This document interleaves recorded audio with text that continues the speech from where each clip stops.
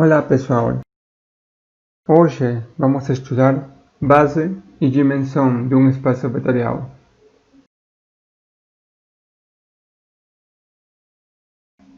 Para isso, vamos lembrar-nos da videoaula em que nós estudamos subespaço gerado. Nessa videoaula, nós mostramos que o espaço vetorial R2 ele é igual ao conjunto das combinações lineares dos vetores 1, 0 e 0, 1, ou seja, a todas as possíveis combinações lineares desses dois vetores, para α1 e α2, quaisquer escalares em R. Também vimos que esse espaço vetorial R2 também poderia ser escrito como o subespaço gerado desses vetores aqui. Além disso, olha, R2 também pode ser escrito como o subespaço gerado por esses 5 vetores. Então, R2 pode ser representado por esse subespaço gerado aqui, por esse outro e por esse outro aqui. Então, já que R2 é igual a esse cara aqui, ou a esse aqui, ou a esse aqui, com qual seria mais simples trabalhar? Com esse subespaço aqui, com esse outro, ou com esse que tem 5 vetores? Qual seria o subespaço mais simples de trabalhar? Seria esse que está aqui, certo? Para que trabalhar com 5 vetores se podemos trabalhar de uma maneira mais simples apenas utilizando 2 vetores, como aqui? Agora a pergunta é: como podemos identificar qual é o subespaço gerado com menor número de vetores? Então, a pergunta agora seria: se nós temos um espaço vetorial, como podemos identificar os subespaços gerados que tenham o menor número de vetores? Então, essa pergunta será respondida utilizando o conceito de LI, linearmente independente. Observa o seguinte: vamos supor que nós decidimos trabalhar com esse subespaço gerado aqui de 5 vetores, tá? Mas já sabemos que o mais simples de trabalhar seria esse aqui, mas vamos supor por um momento que nós decidimos trabalhar com esse cara aqui. Beleza. Como conseguimos, a partir daqui, levar para um subespaço gerado de menor número de vetores? Da seguinte maneira, olha. Desses 5 vetores, nós queremos trabalhar apenas com os vetores que sejam LI, linearmente independentes. Então, eu poderia pensar assim o seguinte: esse vetor que está aqui, 1,-1, ele pode ser escrito como combinação linear desses dois vetores, olha, 1, 0 e 0,1, multiplicando o primeiro vetor por 1 e o segundo vetor por menos 1. Beleza? Então, esse cara que está aqui é a combinação linear desses dois que estão aqui. Então, eu posso descartar ele desse conjunto, porque ele já está sendo gerado por esses dois aqui. Beleza? Então, já descartamos esse vetor do nosso conjunto. Será que nós podemos descartar ainda vetores? Será que algum deles é combinação linear dos outros vetores que se encontram nesse conjunto? Vamos ver. Por exemplo, o vetor 3,2, esse aqui. Será que pode ser escrito como combinação linear desses caras aqui? Sim, olha, eu poderia escrever assim. Poderia multiplicar esse vetor que está aqui, 1,1, pelo número 2, e somar com esse vetor aqui, 1,0. multiplicado por 1.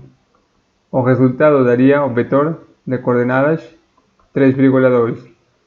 Então, olha, acabamos também de verificar que esse cara é combinação linear desse vetor aqui com esse vetor aqui. Então já podemos descartar ele também, tá? Porque não adianta ter ele aqui nesse conjunto se os demais vetores estão gerando ele também. Então nós podemos continuar fazendo essa análise até ficar apenas com vetores que sejam LI. Será que esses três vetores já são LI?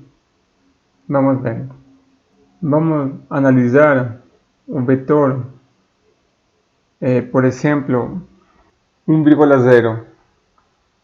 Esse vetor 1,0 ele pode ser escrito como esse vetor 1,1 multiplicado por 1 menos esse vetor aqui 0,1 multiplicado por menos 1. Isso aqui nos dá o vetor de coordenadas 1,0. Então, olha, esse vetor 1,0 ele é combinação linear desses outros vetores. Então, podemos descartar ele também do conjunto. Uma vez feito isso, olha, ficaríamos com o subespaço gerado dos vetores 0,1 e 1,1. Será que um desses vetores é combinação linear do outro? Não, eles já são LI. Podemos mostrar isso aí.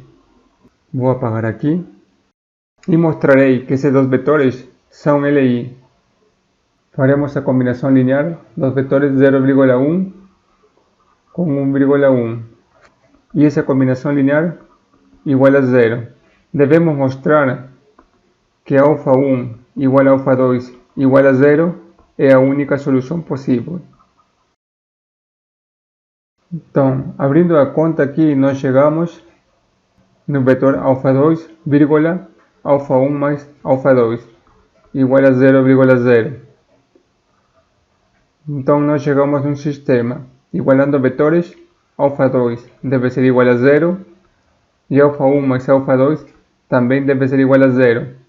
Como da primeira equação alfa 2 é 0, substituindo na segunda equação teríamos que alfa 1 também deveria ser 0. E isso aí seria a única solução possível. Portanto, esses dois vetores 0,1 e 1,1 são LI. Então, olha, na verdade, no final, então nós começamos com esse conjunto aqui, com o subespaço gerado de 5 vetores, e fazendo essa análise, tirando aqueles vetores que são combinação linear dos outros, chegamos a um conjunto menor. Olha, chegamos a um subespaço gerado de menos elementos. Ficamos apenas com o subespaço gerado dos vetores 0,1 e 1,1. E esse aqui é o subespaço gerado com o menor número de elementos que nós poderemos encontrar. Beleza? Na verdade, esses dois vetores aqui, 0,1 e 1,1, são uma base de R2. Então, uma vez feita essa análise aqui, vou passar a definir o que seria uma base de um espaço vetorial. Definição: base de um espaço vetorial. Então, se nós temos um conjunto de n vetores, V1, V2 até Vn, vetores de um espaço vetorial V, então esse conjunto seria uma base desse espaço vetorial se se cumprem essas duas condições aqui. Primeira condição: o subespaço gerado por esses n vetores deve ser igual ao espaço vetorial V. E esse conjunto de n vetores deve ser LI. Então, se esse conjunto satisfazer essas duas condições aqui, ele será chamado de base do espaço vetorial V. Exemplo: consideremos o subespaço vetorial W de R3 definido por o conjunto dos vetores de 3 coordenadas, tais que suas coordenadas satisfazem essa equação aqui. Devemos encontrar uma base de W. Então, vamos dividir a solução em duas partes. Primeiro, encontraremos o conjunto de geradores de W e depois encontraremos a base. Como encontramos o conjunto de geradores de W? Da seguinte maneira: nós temos que W é igual aos vetores de 3 coordenadas que satisfazem essa equação aqui. Beleza, então vamos olhar nessa equação que caracteriza W, que a primeira coordenada mais a segunda coordenada menos a terceira coordenada é igual a 0. X mais y menos z é igual a 0. Olha, o que eu vou fazer é passar esse z que está com sinal negativo do outro lado. Ele ficará com sinal positivo. Ficará então x mais y igual a z. Nessa igualdade nós faremos o seguinte. Nós temos aqui x, y, z. Mas no lugar de escrever z, escreverei x mais y. Bom? Ou seja, utilizei essa equação aqui para encontrar que z é igual a x mais y. E aqui, no lugar de escrever z, escreverei essa igualdade aqui. Tais que x e y são números reais. Agora, olha, W está formado por vetores que dependem de x e de y, onde esse x e y são números reais. O que eu vou fazer agora é decompor esse vetor aqui na soma de dois vetores. Um vetor que depende apenas da variável x, mais outro vetor que dependerá da variável y. Então, olha, escreverei assim: x, 0, x, mais o vetor de coordenadas 0, y. Se vocês somarem esse vetor com esse vetor aqui, a soma dá esse vetor que está aqui. Tá bom?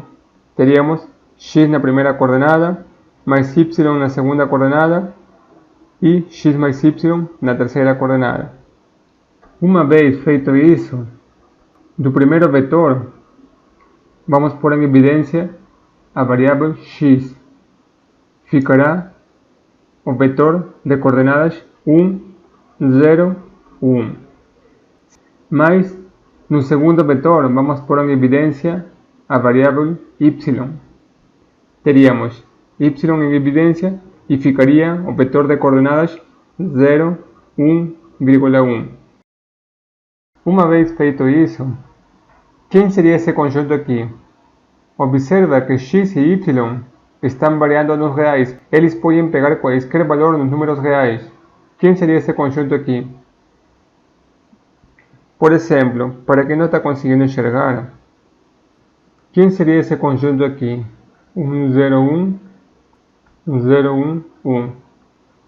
O subespaço gerado por esses dois vetores. Da nossa definição nas videoaulas passadas, isso aqui seria o conjunto de todas as combinações lineares desses dois vetores, onde alfa 1 e alfa 2 podem pegar qualquer valor em R. Compara esses dois conjuntos. São iguais? Sim, são iguais. Só que o que mudou um pouco foi a notação. No lugar de escrever alfa 1, aqui está x. No lugar de escrever alfa 2, aqui está y. Alfa 1, alfa 2, que podem pegar qualquer valor em R. Aqui seria x, y, pegando qualquer valor em R. Então, na verdade, o que nós temos é que isso aqui é o subespaço gerado por esses dois vetores. Ou seja, presta atenção aqui, que acabamos de mostrar que W é igual a o subespaço gerado pelos vetores 1, 0, 1 e 0, 1, 1. Ou seja, acabamos de encontrar os geradores de W, os vetores que geram esse conjunto W. Olhando na definição de espaço vetorial, nós já encontramos o subespaço que gera W. O que nos está faltando para encontrar uma base? Mostrar que esse conjunto aqui de gerador é LI. Tá? Vamos então mostrar a independência linear. Parte 2. Encontrando uma base. Vamos mostrar que o conjunto formado por esses dois vetores é LI. Se nós conseguimos mostrar isso aí, significará que esse conjunto é uma base de W. Então, para mostrar que é LI, nós precisamos fazer a combinação linear desses dois vetores. E essa combinação linear deverá ser igual ao vetor nulo, ou seja, o vetor de coordenadas 0, 0, 0. Abrindo a conta, aqui nós teríamos o vetor alfa1, vírgula, alfa2, vírgula, alfa1 mais alfa2, igual ao vetor nulo. Igualando a vetores, nós teríamos que alfa1 deve ser igual a 0, alfa2 deve ser igual a 0 e alfa1 mais alfa2 deve ser igual a 0. Então, gente, olha, nós temos que alfa1 vale 0, alfa2 vale 0, e isso aí será a única solução desse sistema aqui. Que significa que a nossa única solução seja a solução trivial.